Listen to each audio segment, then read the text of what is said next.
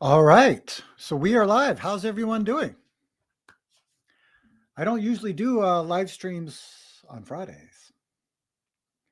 Um, I think most people are used to me doing them Thursday, actually an hour later. So the time and day are different than usual. So we'll see who shows up. If you haven't already, I don't think anyone has. So let me know in the comments if you're here and where you are living.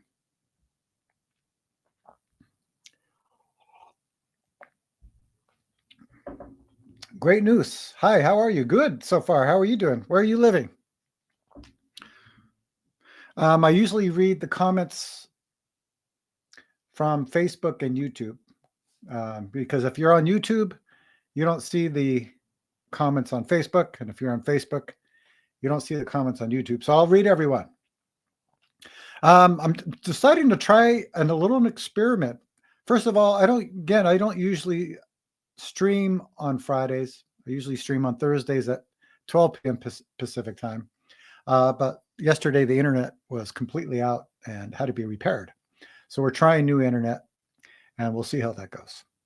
And also it's a little bit different. Usually I do kind of a hangout where we just hang out, meet people from around the world, and people make comments, ask questions, and you can still do that. I just have something to talk about today. And what I'll be talking about today is a poem from Zen Master Seung Sahn. Now, he has a book called Bone of Space, and I believe this poem is in there. But I got the poem from this book. This one's called The Whole World is a Single Flower, 365 Kongans for Everyday Life with Questions and Commentary. John, wait a minute. I'm on time. I'm the first one to show up and hardly anyone's here yet. Very windy in Oklahoma.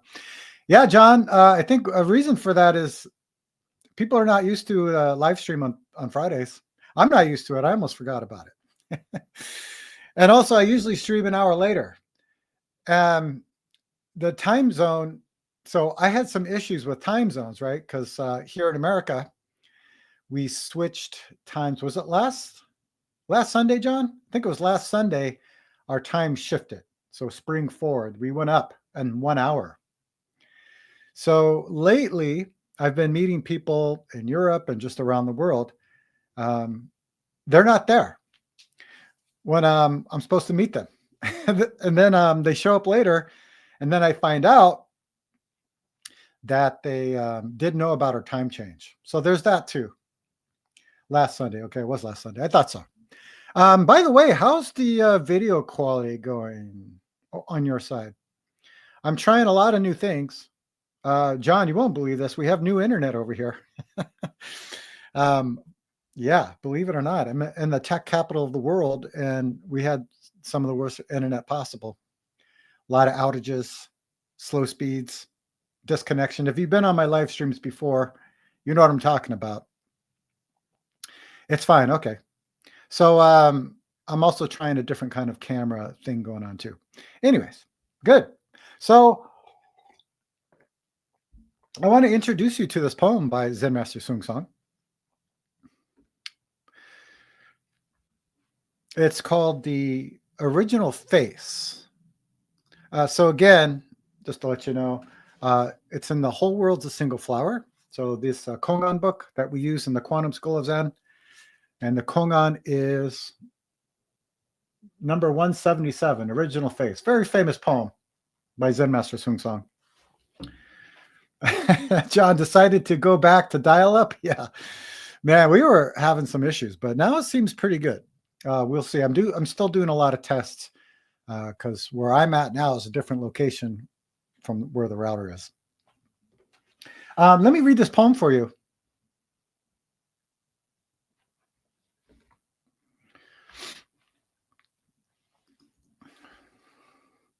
Original Face.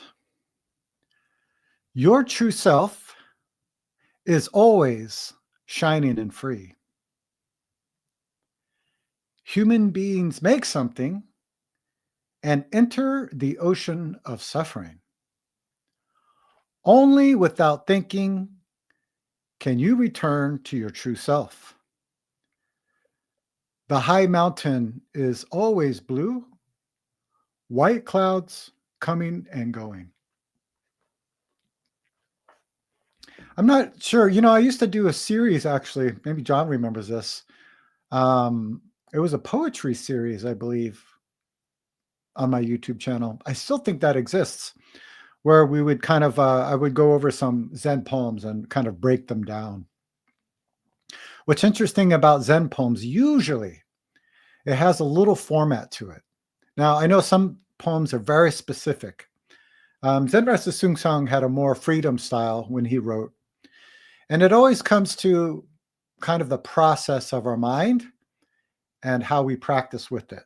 So usually you would go into some kind of thinking, comparing, checking, this kind of mind. Maybe in the poem a little bit later, asking some questions, these great questions that we have as a human being. And then sometimes it will go into another step where we take away that thinking. So there either will be a shout, kind of written in the poem. We write it out as katz, K-A-T-Z, or maybe hit. Or sometimes it goes into this kind of freedom style of thinking that you often hear in Zen. The stone woman having a baby and the ice rabbit hopping through the sun. But what's really important about these Zen poems that it always comes back to this moment. So it always comes back to truth. So you'll find that also in Zen Master Seung Sahn's poem as well. So the first line, your true self is always shining and free. It's a very good line. Actually, let me read the commentary.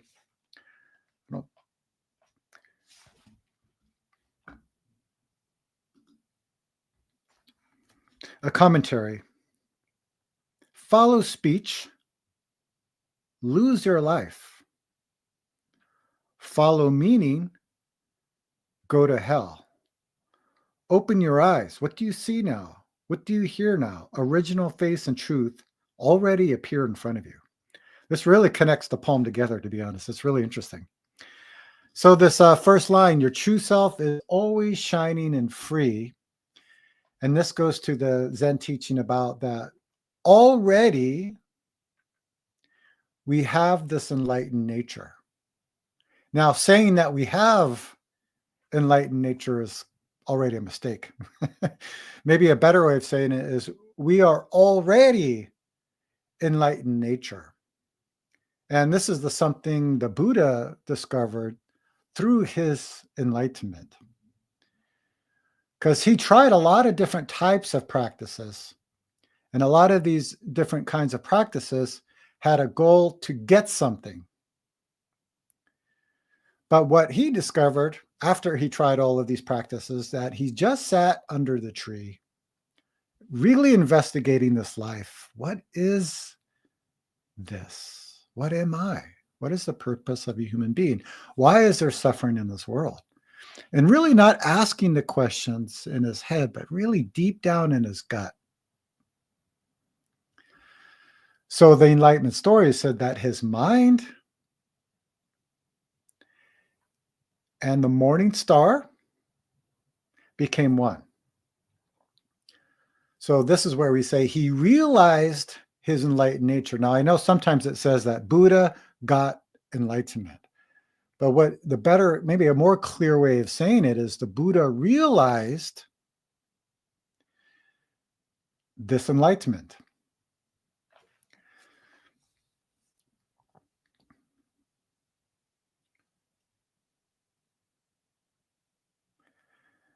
And when he perceived this point, this is when he said that,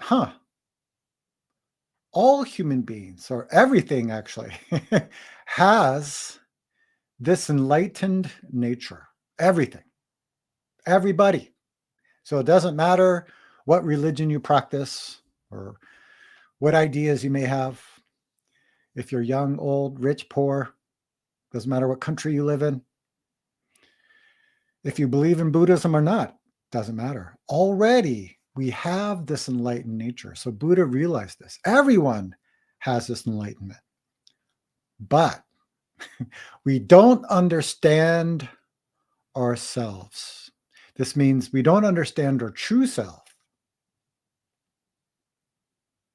So he called that ignorance. So if you read about the Four Noble Truths, you'll find that. So really, this is what the first line of this poem. Hey, Cesare, how's it going? Also, if you're just joining us, welcome to the live stream here. We're looking over this poem by Zen Master Seung Sahn, Original Face. Also, anytime, if you have any questions about Zen, meditation, your practice, life, any kind of question, put it down in the chat, and I'll be happy to answer. So going back to the Buddha's experience, realizing everybody already has enlightenment nature, but we don't understand ourselves. So the way Zen Master Seung Sahn wrote it here in the poem, which is the second line, human beings make something and enter the ocean of suffering. So if you read any of Zen Master Seung Sahn's teaching, he's always saying, don't make anything. And what that means is there's the truth, and then there's the things we add on to it. I just talked about this in one of my recent videos, right? Also, Zen Master Seung Sahn said that we also make this concept of self. So you might hear this analogy that our original mind is like a mirror. The mirror doesn't have anything in it. It just reflects everything as it is. So right now, if I point it to the window, it's very gray and wet. If I point it to the wall, it's white. If I point it to the floor, it's reflecting brown. So human beings make something means that we add stuff to this mirror. So we make something in our mind. And one of the biggest things we make is this concept of self. I. Because what happens here, if I make this I, then there has to be a you, right? So now the whole world is already divided into opposites. Then we make good, bad, right, wrong, like, dislike. It goes on and on and on. We call this opposites thinking. So if you hear this teaching of duality, this is what it's pointing to. And it all comes from this creation of I, my, me, this ego. So human beings make something. We make all of this, and we enter the ocean of suffering. So this is where suffering stems from. Most human beings are living in this duality. Love and hate, like and dislike, good and bad. We live in this world. And we filter everything we see, everything we hear, everything we taste, touch, think is filtered through this duality, and it creates a lot of problems for ourselves and others. Just look around. So human beings make something and enter the ocean of suffering. So the Buddha's teaching was all about human suffering. It wasn't really about any kind of religion. Does God exist or doesn't exist? None of that stuff.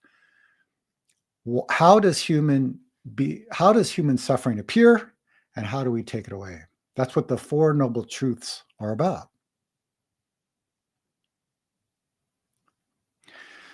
So this next line in Zen Master Seung Sahn's poem, only without thinking can you return to your true self.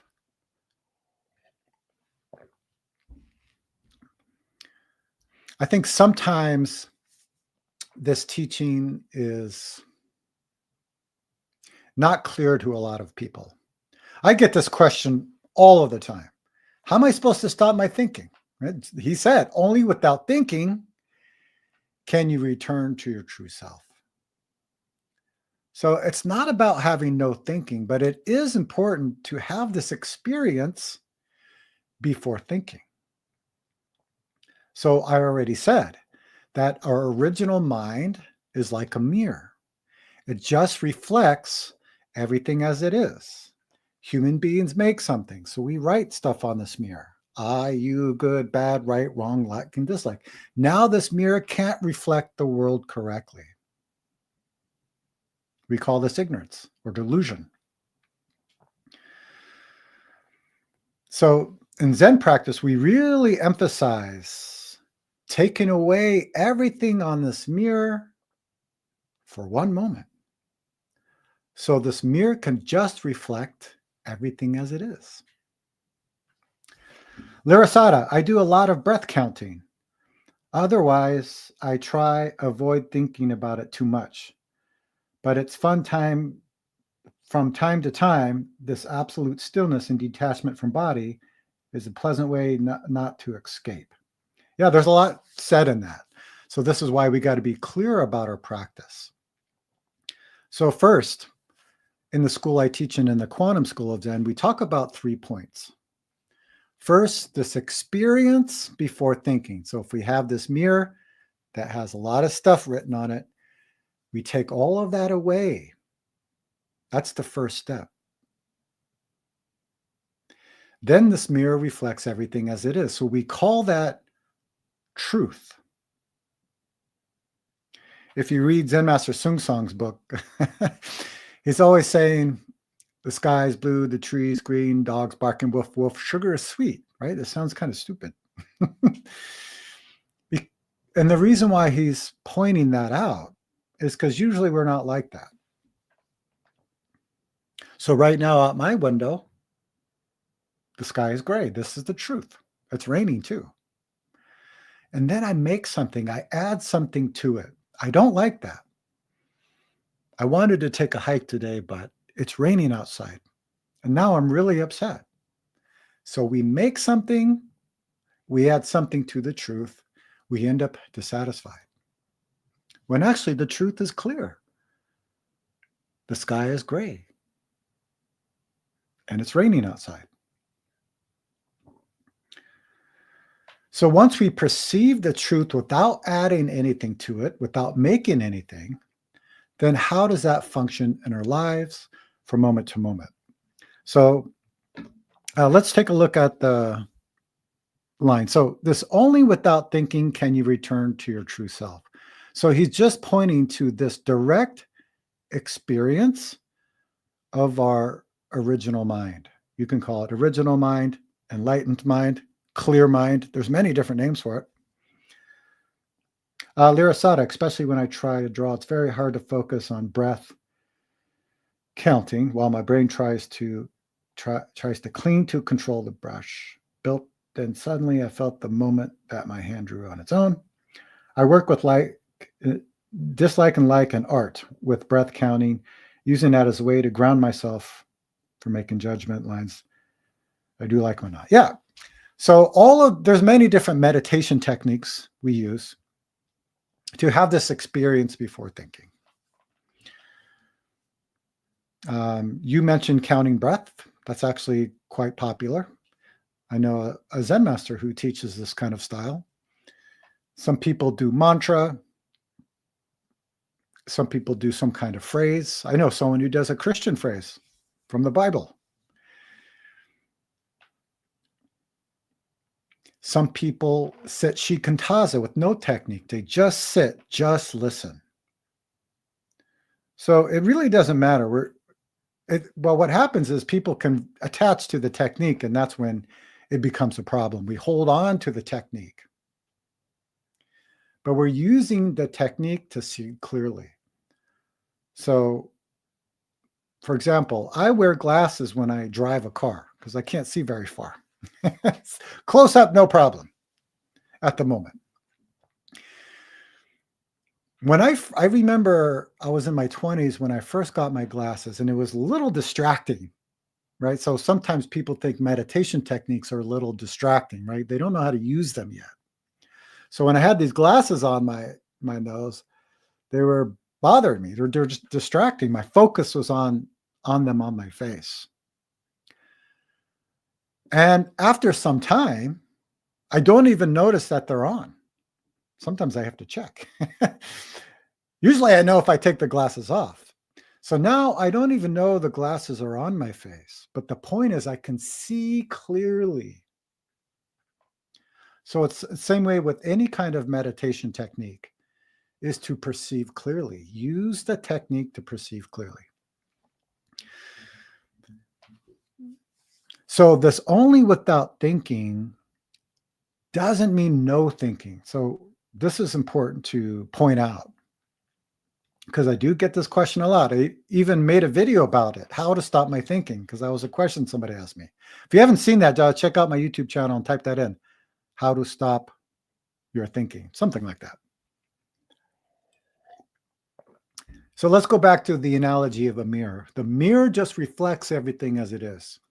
So if I point it to the window, it's reflecting gray. If I point it to the wall, it's reflecting white. If I point it to the floor, it's reflecting brown. So during sitting meditation, we're just reflecting the moment as it is. The rain falling outside. The smell of the incense. The wall is white. Everything is just truth, not adding anything to it, but also not taking it away, because it's not about blankness. I think there's a, let me look this up since we're here. Larasada, I hope I don't talk too much. Don't worry. And also, if you're just joining us, welcome to the live stream. You put down in the chat where you're living. Also, if you have any questions about Zen, meditation, your practice life, any kind of question, put it in the comments and I'll try to answer. All right, let me see if I can find this Kongan for you,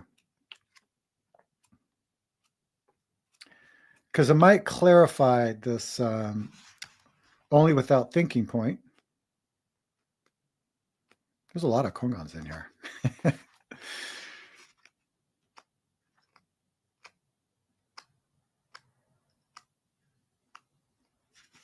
Finland. Oh, wow. Welcome. Glad to have you here.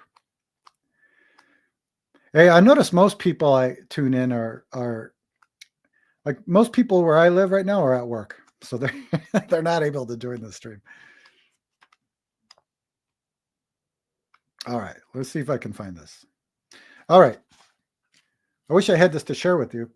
Maybe I can find this. Let's see. Everyday mind is the true way. See if I can share this with you. I'll just read it by the time I look it up.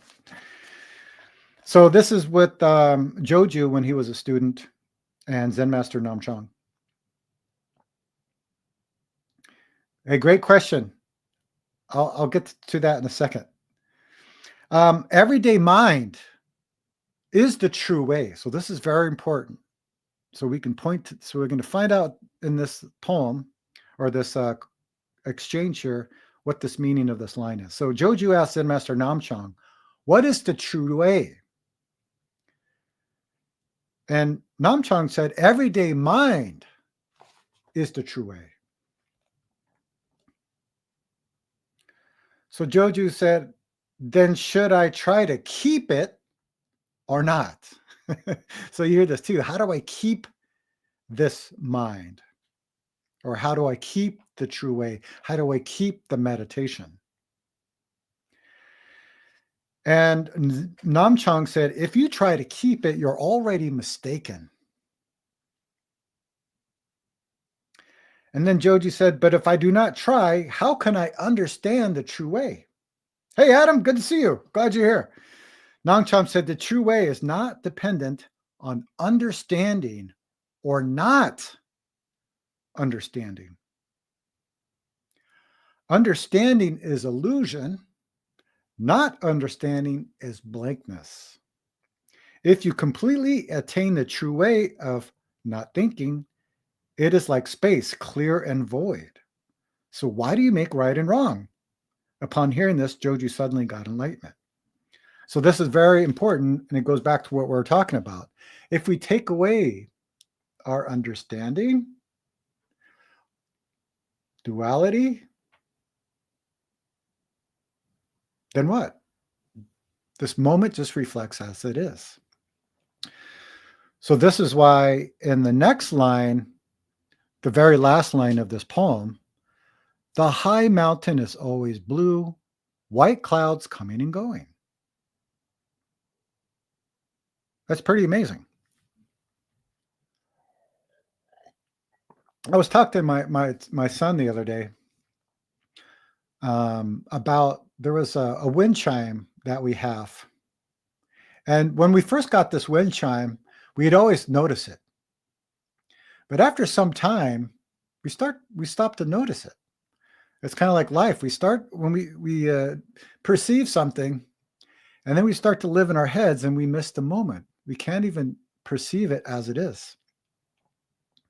Oh, Bo's here from Florida. I have the day off. Good for you. All right, great. Nos, is that, how am I saying it right? Are there times when the ocean of suffering is rising, or is it more of a constant?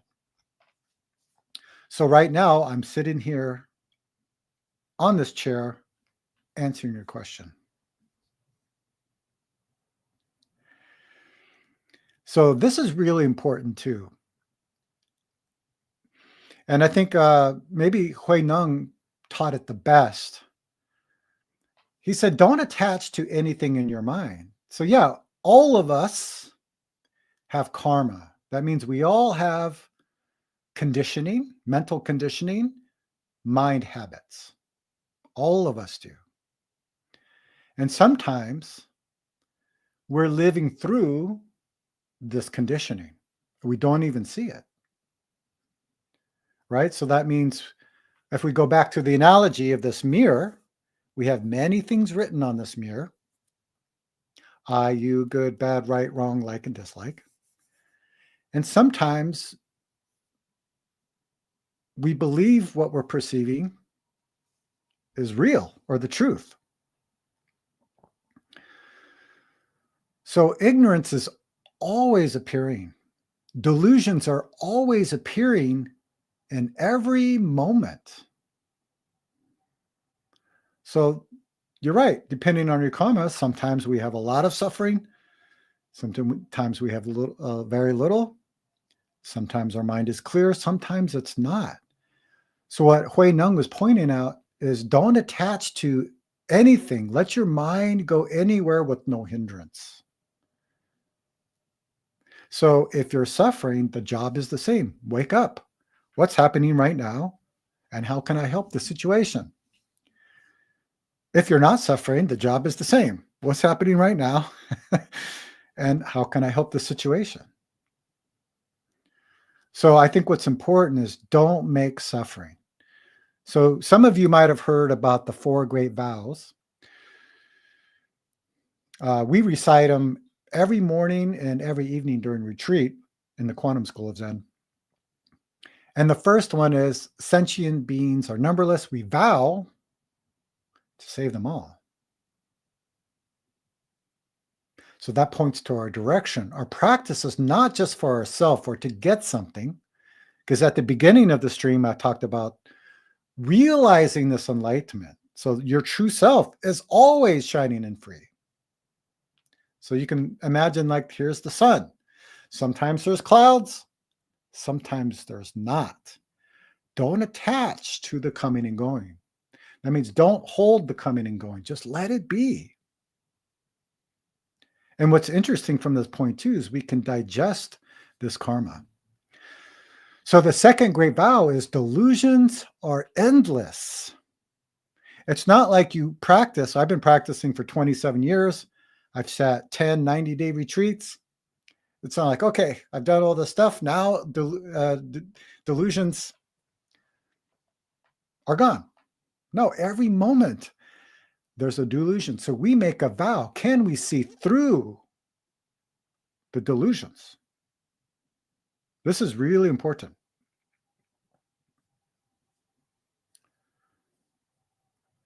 If we can see through these delusions, then the teaching, that's the third great vow, the teachings are endless. We vow to learn them all. So if we see through the teachings or see through the delusions, the teachings already appear, whether our mind is cloudy or clear, doesn't matter. Okay. And maybe the fourth great vow is worth mentioning. All of this, the four great vows, the Buddha way is inconceivable. So we're talking about this, but we can't conceptualize this with our own mind. We have to experience this. Our understanding can only go so far. It goes as far as understanding can go, right? I can understand. Maybe I read about Korean food. Oh, that's interesting. There's some white rice. Okay, I've had that before. Oh, what's kimchi? Let me read about this kimchi. Ooh, it's a pickled cabbage. That's interesting. Ooh, they mix it with a lot of red pepper and spices. Oh, they put it in a jar and they ferment it. That's why it's got that smell, right? So there's the understanding of that, but it could only go so far. So if I take kimchi and put it in my mouth, boom, then the experience, my mind and the experience are not separate. So it's the same way if we're talking about true self, enlightenment, don't know mind, doesn't matter what you call it, becoming one with God, there's many words you can use. The experience of it is the most important because then the wisdom is there and we can express that wisdom to this world and use it. Larasada, ADHD autism gives a fun, small edge on meditation. Yes, I struggle to focus, but I have easier time to let stuff flow on its own. Good. On its own weight as whole. And thing like focus is almost impossible unless I let go. Yeah. And really, this moment is the only time you can do it. And I think that's a relief for a lot of people. This is the only time that you can do it.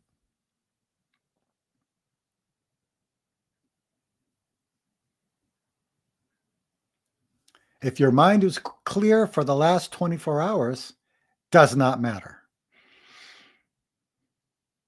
What about now? If you were in a dream for the last 24 hours, it doesn't matter. What about now? Wake up. So it's always a fresh start. This moment is the only time you can do it. So this last line, the high mountain is always blue, white clouds coming and going. It didn't say, God, I don't like the mountains that color. I like the green mountains, when it's sunny. He's just reflecting the moment as it is. White clouds coming and going. I don't like clouds. It's cloudy right now over here. It's raining. I don't like it. Like and dislike. Good and bad, right and wrong. It controls this world. So our job is to take it away. Wake up. Then what? Your original face has already appeared. Let's see what questions come out of this.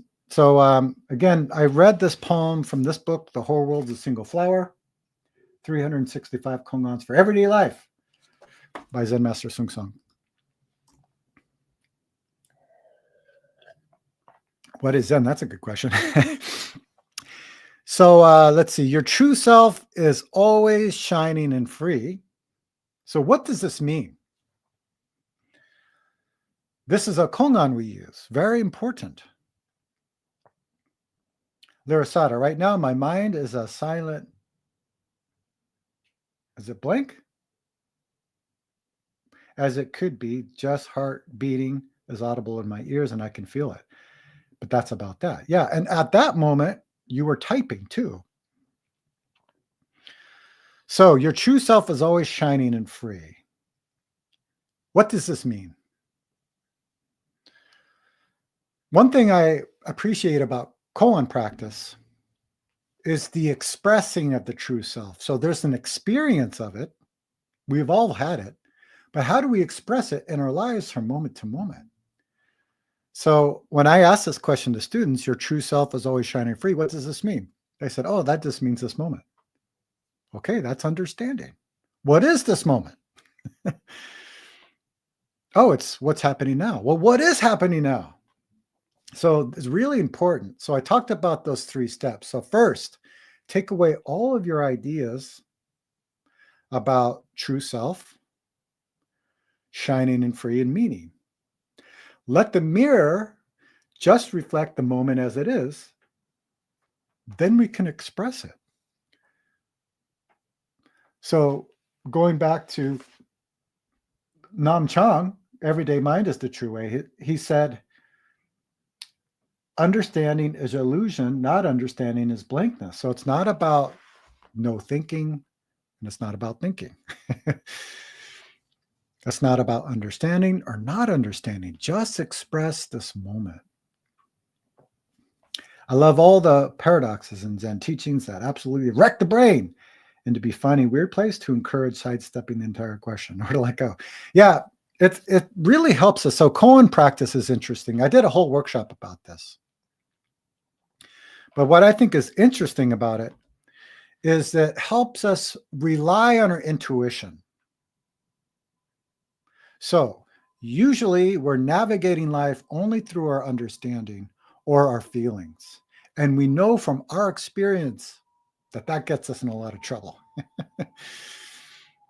So what if we navigated with our intuition? We've all had intuitive experiences. Then something interesting happens. Then our understanding and thinking becomes clear. We can use them. Our feelings become clear and we can use them. The purpose of being a human being becomes clear in this very moment. It's not my idea of it. We take away the idea. Number 2, how can you return to your true self? So sometimes, just to make sure the student has really digested this poem, these questions, sometimes we might ask the same thing. What is Buddha? We can explain it. Was this person, or the actual word is the enlightened one. But what does that mean? What is true Buddha? Or what is mind? What is true self? What is enlightenment? All these are the same question. Or maybe another way to look at, as the Buddha described, there are many different fingers pointing to the moon. So all of these words are pointing to truth. But even saying truth is a word. So what is truth?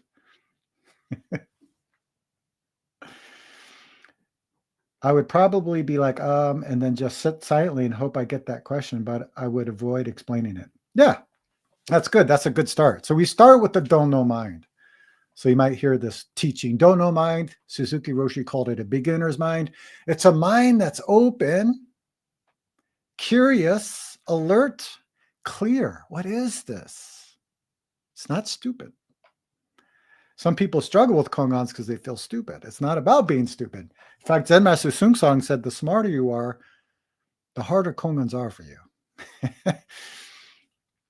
So how can you return to your true self? Now, the third question is interesting. Why are the clouds white and the mountain blue? So this is kind of a different. So sometimes kongans are pointing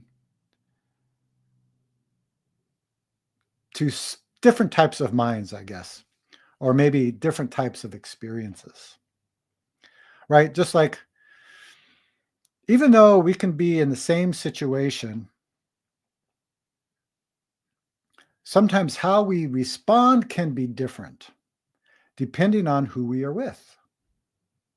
So that's why the relationship is really important. So in our school, we talk about correct situation, correct relationship, and correct function. Another way of rephrasing that, because correct can spin us around into opposites world. It's not what he means by correct. Sometimes the teaching, right? It's hard to see what they're pointing to sometimes. I agree with that. Larasada, isn't that an indirect way to say you're so smart, so it'll take some work? Yeah. So keep it beginner's mind, the dono mind.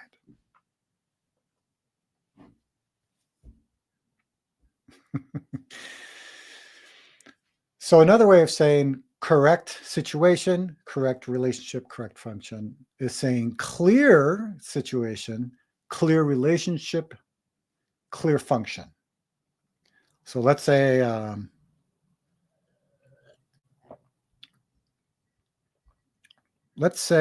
my son is leaving for school. Oh, he doesn't do that anymore because he's a homeschooler. But let's say he's going out. He's leaving the house. So the situation is he's leaving. There's a relationship I have with my son, father, son. So maybe the function could be a high five, see you later, dude, have a great time, something along those lines. And let's say my wife is leaving the house. Same situation, leaving the house. But we also have a relationship. I guess if you wanted to look at it, husband and wife, partners, or whatever you want to call it. So maybe I give her a hug and say, goodbye, my love, have a great day. So Kongan sometimes will point to this. Actually, Kongans always point to this. Clear situation. What is our relationship? Then the function will appear by itself. So why are the clouds white and the mountain blue? Earlier, I said that human beings are making something. So we have this original mind that's like a mirror. Then we write down mountain, clouds, blue, white. But didn't I say take it all away?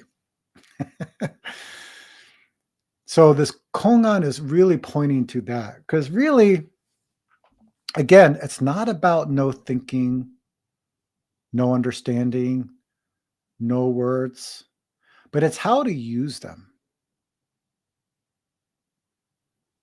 So I would say many people are very attached to thinking, understanding, words. They hold on to them. Earlier I mentioned, well, what if we took all of that away just in one moment? So it's the experience before thinking. So I mentioned the Buddha's enlightenment, where his mind and the morning star were not separate. But what about now? Take everything away. Boom. Now we had the experience before thinking, before understanding, and before words. Just this moment.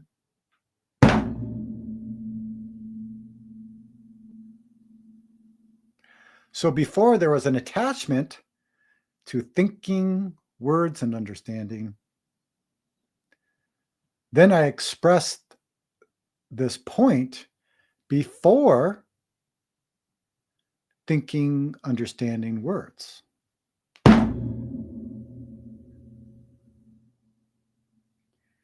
Take another step, then what?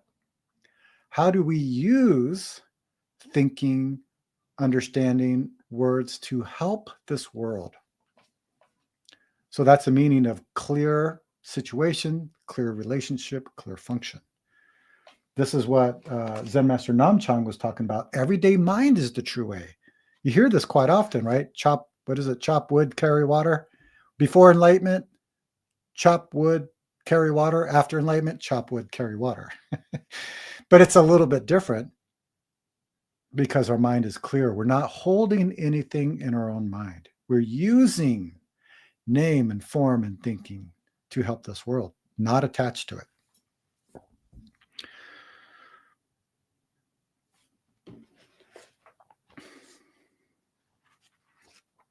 Let me look at the commentary. By the way, if you're just joining us, welcome to the live stream here. If you have any questions, you can put it in the chat about Zen, meditation practice, any kind of question. When I was a child, Larasada, I was fascinated by the fact that my mind moves with my body, even though I feel like I never moved, but the world moved around my mind. And it was one thing that encouraged me to explore Zen later in life. Yeah, most people don't know that the mind and body are not separate. Like we separate them and then focus on certain things, right? So maybe a lot of people just focus on their body, improving their health, right? They're exercising, eating right, but they don't take care of their mind. Or I know a lot of Zen practitioners, I was one of them, who spent a lot of time taking care of the mind, but we neglect the body. So that's not true practice. True practice is just perceiving this moment and responding to that. So if I'm hungry, I will eat. If my kids are hungry, which they probably are right now, they're by themselves, then I need to feed them, right? It's like that. Every moment, what's happening? What is my job in this moment? How can I help? Commentary: follow speech, lose your life. Follow meaning, go to hell. So this is what we talked about. If we hold on to words or hold on to meaning and understanding, right, then we miss the point.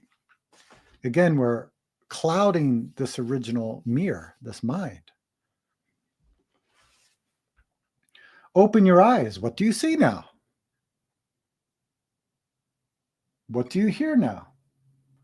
Original face and truth appear in front of you. So he just gave a hint to the first two questions in this. Any last questions or comments before we go? Thank you for being here today. Again, usually I stream on Thursdays at a different time. It would be usually like in 10 minutes, I would start streaming on Thursday. So I did this on purpose just because yesterday I didn't have any internet, so I couldn't do anything. And I knew that was going to happen, so that's why I planned it. Thanks for the teaching. You bet, Cesare. Anytime. I'm glad you're here. So usually I think, I'm not even sure yet. If Fridays work better, I might do Fridays, but I'm going to try to do a couple live streams a month. It's going to be on some kind of topic. Today was about this poem by Zen Master Seung Sahn. Cesare, couldn't see the whole stream. We'll catch up tomorrow morning. Cool. So hopefully, like I said before, the streams were kind of like informal hangout. We would just like kind of informally chat and I would answer questions. So my focus for the live streams in the future will be like this. I'll have something to talk about, to share with you, and also answer any kind of questions you have about Zen and meditation in your practice. So thank you all for being here. Very glad you're here. Have a clear day.